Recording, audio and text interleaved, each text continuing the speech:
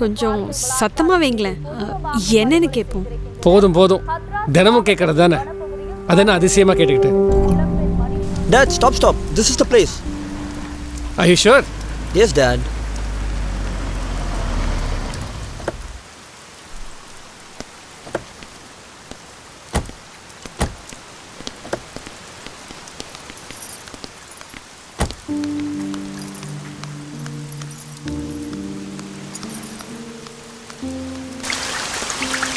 Arjun, I don't think this is a good idea. See, Dad.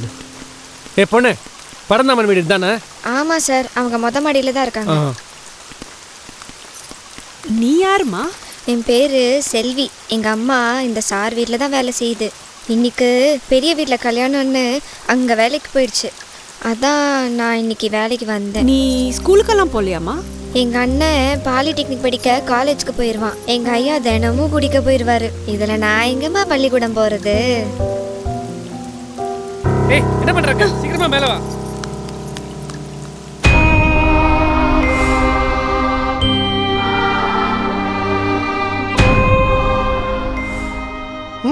எடுத்துக்கோங்க. சாப்பிடுங்க. சொந்த வீடு தானே இது? கட்டி எவ்வளோ வருஷம் ஆயிருக்கும்? சொந்த வீடு தான் சார். கட்டி 16-17 வருஷம் ஆச்சு.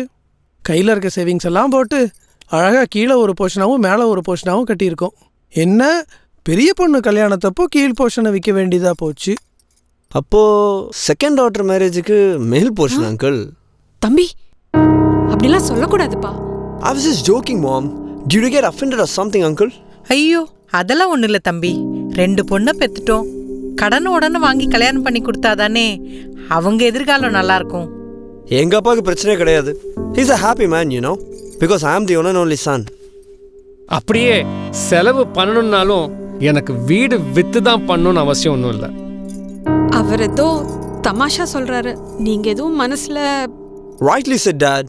எங்கள் அப்பா பற்றி உங்களுக்கு தெரியும்ல? உங்கள் அப்பாவை தெரியாதவங்க யாராவது இருக்க முடியுமா? நம்ம ஆளுங்கள்லேயே சார் தான் ரொம்ப முக்கியமானவர். உங்கள் சம்பதம் கிடைக்க நாங்கள் ரொம்ப கொடுத்து வச்சுருக்கணும். என் கசின், அதான் உங்கள் அக்கா ஹஸ்பண்ட், அவர் தான் சொன்னார் இந்த ஃபேமிலி ரொம்ப நல்ல ஃபேமிலி, பொண்ணு ரொம்ப அடக்கமாக இருப்பா அப்படின்னு. அதான் பார்க்க வந்தோம். எனிவே, பையனுக்கு பிடிச்சா சரி. எனக்கு இந்த பொண்ணு பார்க்குற ஃபார்மாலிட்டிஸ்லாம் பிடிக்காது. I know obviously the girl will like me, but நான் நேரில் பார்த்தா தான் I can come to a conclusion, you know. Moreover, நான் 1 வீக்கில் திருப்பியும் பாஸ்டன் போகிறேன். அதான் நாங்கள் இன்றைக்கே கிளம்பி வந்தோம்.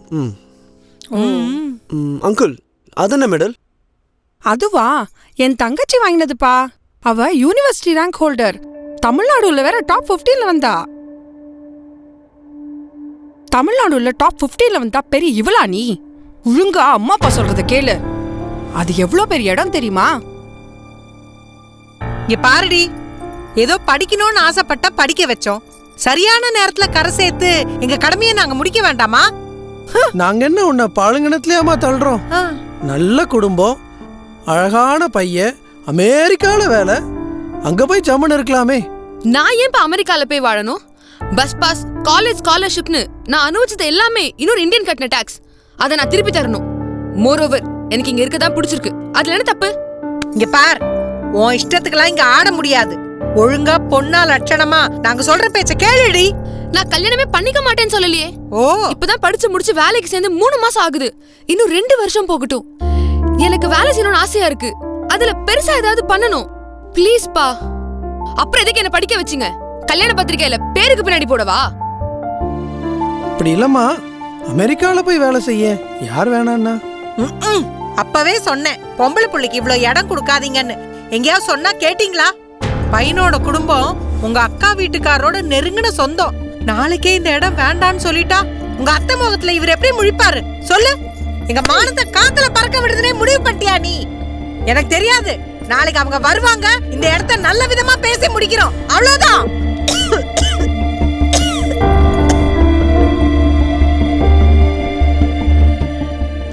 இந்த பாரு, நானும் உன்ன மாதிரி தான். இப்ப எதுக்கு மேரேஜ் அடம் பிடிச்சது உனக்கு ஞாபகம் இருக்கும்னு நினைக்கிறேன். 4 நாள் அழுதேன், அவ்வளோதான். என்னால் வேற என்ன பண்ண முடிஞ்சது? ஒரு பொண்ணுக்கு எப்போ என்ன நடக்கும்னு அந்த பொண்ணால் முடிவு பண்ண முடியாது. இந்த சொசைட்டி தான் முடிவு பண்ணும். நம்ம ஒரு சாதாரண மிடில் கிளாஸ் குடும்பம் வேற. அதுவும் இல்லாம பொண்ணுங்கம்மா, நம்ம ஆசையை தாண்டி தேவைன்னு ஒன்று இருக்கு, நம்ம விருப்பத்தை தாண்டி வாழ்க்கைன்னு ஒன்று இருக்கு. தயவு செய்து அதை புரிஞ்சுக்கோ.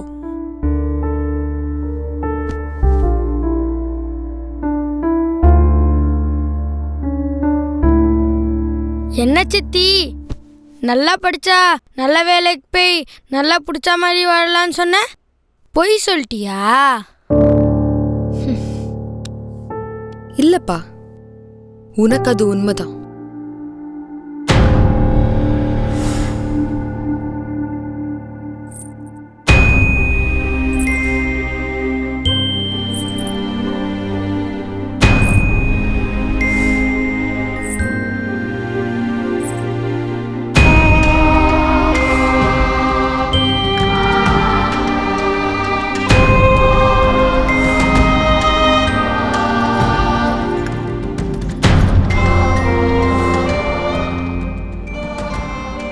உட்காருமா, ஏன் நிக்கிற? குடுமா. Let him see. Sit down, sit down. Hi, I'm Arjun. நீங்க? வேற ஒன்றும் இல்லை தம்பி, அவ எல்லாருக்கும் முன்னாடி பேச கூச்சப்படுறா. She's an Indian girl, Arjun. நீ என்ன அமெரிக்கா மாதிரி நினச்சிட்டு இருக்க? She can't speak in front of everyone. நீ ஒன்று பண்ணு, நீ மேலே போயிட்டு speak your heart out and then come to a conclusion. Sure. Go. போ போயிட்டு வரட்டோங்க.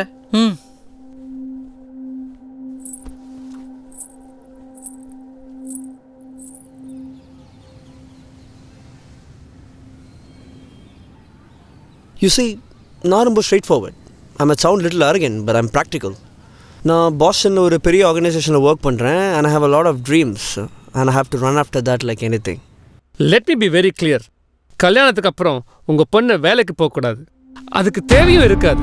மோரோவர் எங்கள் குடும்பத்துக்கு அது செட் ஆகாது. And you see, என்னோட இந்த டைட் ஷெட்யூலில் இந்த வீட்டை பார்த்துக்கிறது, cooking, maintenance, I don't have time for all these trivial stuffs, you know. Okay? நீ வேலைக்கு ஆள் வச்சுக்கலாம், or you can spend as much as money as you want, but please don't bring this headache to me, okay?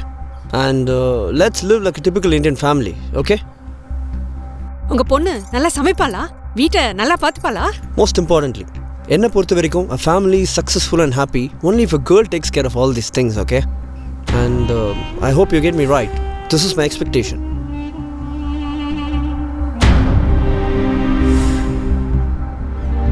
இந்தாங்கம்மா, எடுத்துக்கோங்க. ரொம்ப சந்தோஷம். டிஃபன்லாம் கூட செஞ்சு வச்சிருக்கேன், சாப்பிட்டு போலாமே. சார் கிளம்புறேங்கிறாரு.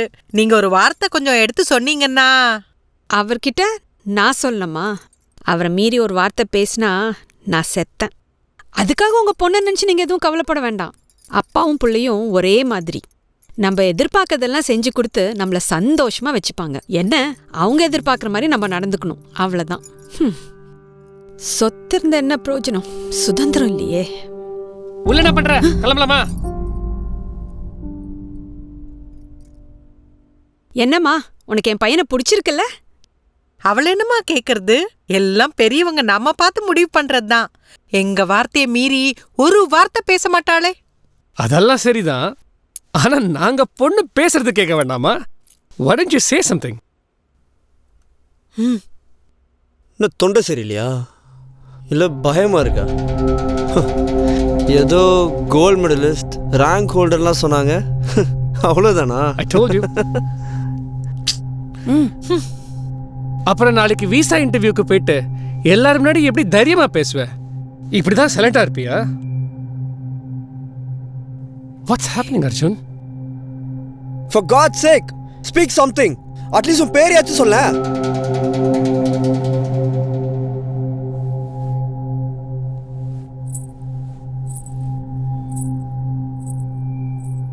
என் பெயர் பாரதி. நிமிர்ந்த நன்னடை, நேர்கொண்ட பார்வையும், நிலத்தில் யார்க்கும் மஞ்சாத நெறிகளும், திமிர்ந்த ஞானச் செருக்கும் இருப்பதால் செம்மை மாதர் திரம்புவதில்லையாம். பாரதியின் பொன்வரிகள் இவை. பாரதியின் கவிதைகளின் பொருள் விளங்கிட எம் தந்தை எமக்கு ஏன பெயரை சூட்டினார் என்பதன் பொருளும் விளங்கியது. மண்ணின் விடுதலை பற்றி பாடியவன் பெண் விடுதலை பற்றி பாடினான் என்றறிந்து பெருமகிழ்ச்சி அடைந்து தேடிப் படித்தேன் பாரதியின் கவிதைகளை, அவன் உணர்வுகளை. அவன் வரிகளின் வலிமையில் அவன் வரைந்த புதுமை பெண்ணாய் என்னை கற்பனை செய்தேன். அவன் கூறிய இலக்கணங்களை ஒத்திகை செய்தேன்.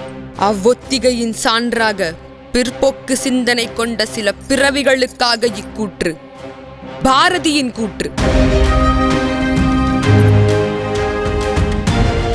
பிறப்புக்கு முன்பே ஆண் பெண் என்று பாகுபாடு பார்த்து பெண்ணுயிர்களை கருவறுக்கும் சில அருவருக்கும் மிருகங்களை கண்டு பதைத்தேன். கல்வியில் செழித்தோம். செவ்வாய் கிரகத்திற்கும் சந்திர மண்டலத்திற்கும் செயற்கைக்கோள்கள் செலுத்தும் அளவிற்கு வளர்ந்தோம். ஆனால் இன்றும் ஓராண்டிற்கு 2000 பெண்ணுயிர்களை கருவிலேயே அழித்தோம். உயிரை காக்கும் உயிரை சேர்த்திடும், உயிரினுக்குயிராய் இன்பமாகிவிடும், உயிரினும் இந்த பெண்மை இனிதடா என்று பாடிய பாரதி பிறந்த மண்ணில் அம்மகத்தான பெண்ணுயிரை பிறப்பிற்கு முன் குடிக்கும் அரக்கர்களும் வாழ்வது இந்த மண்ணின் சாபக்கேடு. ஏட்டையும் பெண்கள் தொடுவது தீமை என்றெண்ணி இருந்தவர் மாய்ந்து விட்டார். வீட்டுக்குள்ளே பெண்ணை பூட்டி வைப்போம் என்ற விந்தை மனிதர் தலை கவிழ்ந்தார். 100 வருடங்களுக்கு முன் பாரதி கண்ட கனவிது. வருடம்தோறும் பொதுத் தேர்வுகளில் தேர்ச்சி விகிதத்தில் பெண்களுக்கே முதலிடம் என்று கேட்க மனதில் இன்பம் பெருக்கெடுத்தாலும் இந்தியாவில் படிப்பறிவில்லாதவர்களில் 60% பெண்களே என்று கேட்க அவ்வின்பம் இறந்து போகும். கல்வியில் சிறக்க சரஸ்வதி தேவியை தொழுகிறோம். ஆனால் இன்னும் பல குடும்பங்களில் பல சரஸ்வதி தேவியின் கல்வியை தீயிலிட்டு அழிக்கிறோம். பெண்ணின் அதிகபட்ச சாதனை கணவனை அனுசரித்து குழந்தைகளை உபசரித்து குடும்பத்தை நல்வழிப்படுத்துவது மட்டுமே என்றெண்ணி பெண் கல்வியை தடுக்கும் சுயநல ஆண்கள் இன்றும் நம் சமுதாயத்தில் உலவுவது வியப்பையும் வேதனையும் தருகிறது. கல்வியை பறித்த அசுரன் பின் போராடி வெளியே வந்த அவள் கற்பையும் பறித்தான். ஒரு சாதியை இழிவுபடுத்த பெண்ணை தொடுகிறான். தீண்டப்படாதவர்கள் என ஒரு சமூகத்தை அழைக்கும் அம்மூடர்களுக்கு சமூகத்தை சேர்ந்த பெண் மட்டும் தீண்டத்தக்கவளா? பெண்களுக்கு மிகுந்த ஆபத்தான நாட்டின் பட்டியலில் நம் நாட்டிற்கு 4ஆம் இடம். ஒரு நாளுக்கு குறைந்தபட்சம் 93 பெண்கள் கற்பழிக்கப்படுகிறார்கள் நம் நாட்டில்.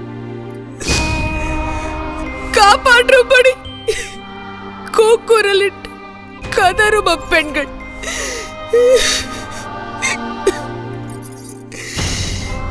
பெண்டீர் தமையுடையீர், பெண்களுடன் பிறந்தீர், பெண் பாவமன்றோ, பெரிய விசை கொள்வீரோ, கண் பார்க்க வேண்டும் என் கையெடுத்து கும்பிட்டார்.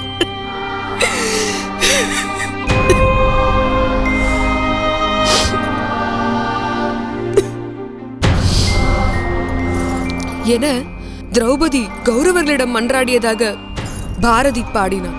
அதே போல எத்தனையோ திரௌபதிகள் நூற்றுக்கணக்கான அரக்கர்களிடம் இருந்து தம்மை விட்டுவிடும்படி தினமும் கும்பிட்டு கேட்கிறார்கள். அவர்களை நேரத்தில் காக்க கண்ணனும் வருவதில்லை, காவல்துறையும் வருவதில்லை. இதற்கும் பெண்கள்தான் காரணம். வீட்டிலேயே அடங்கி இருந்தால் இது நிகழ்ந்திடுமா என்று கேட்கும் வேடிக்கை மனிதர்கள் பாரதி வாழ்ந்த அதே மண்ணில் வாழ்வது வேடிக்கை அளிக்கிறது. பெண்ணை அடக்குவதை விட்டுவிட்டு பெண்ணின் கற்பினை காக்கும் பொறுப்பினை கொண்டவன் ஆண்மகன் என்பதை பிள்ளைகளுக்கு கற்றுத்தருவோம். திருமணம் என்னும் பெயரில் பெண்ணின் சுதந்திரத்தை பறிக்க எண்ணும் பல சுயநல ஆண்களுக்கிடையே வாழும் பெண்களின் சிறகுகள் சிதைந்து போகின்றன. மதுவிற்கு அடிமையான ஆணிற்கு அடிமையாகி தினம் தினம் அடி வாங்கும் பெண்களும் இங்கு 1000.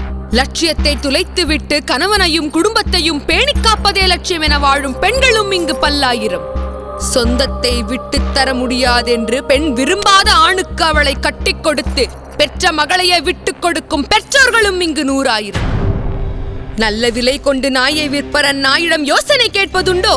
கொல்ல துணிவின்றி நம்மையும் அந்நிலை கூட்டி வைத்தார், பழி கூட்டி விட்டார். கற்பு நிலை என்று சொல்ல வந்தார், இரு கட்சிக்கும் அது பொதுவில் வைப்போம்.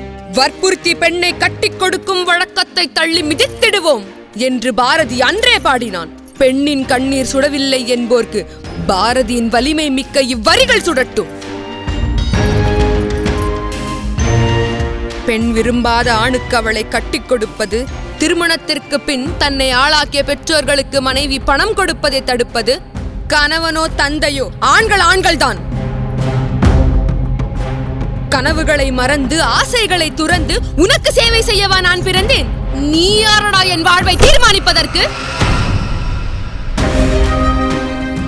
மாட்டை அடித்து வசக்கி தொழுவினில் மாட்டும் வழக்கத்தை கொண்டு வந்தே வீட்டினில் எம்மிடம் காட்ட வந்தார், அதை வெட்டி விட்டோம் என்று கும்மியடி என்றான் பாரதி.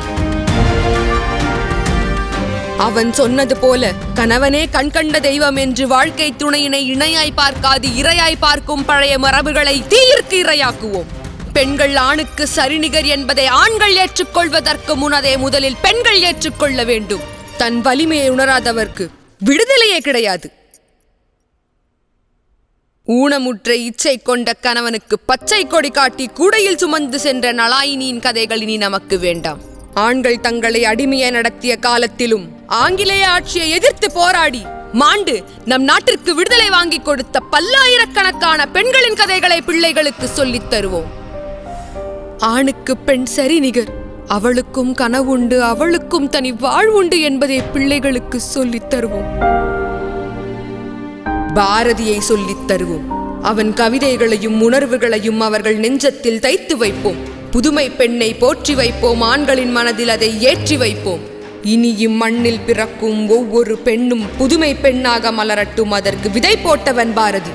அவன் வரிகளுக்கு உயிர் கொடுப்போம். பட்டங்கள் ஆள்வதும் சட்டங்கள் செய்வதும் பாரினில் பெண்கள் நடத்த வந்தோம்.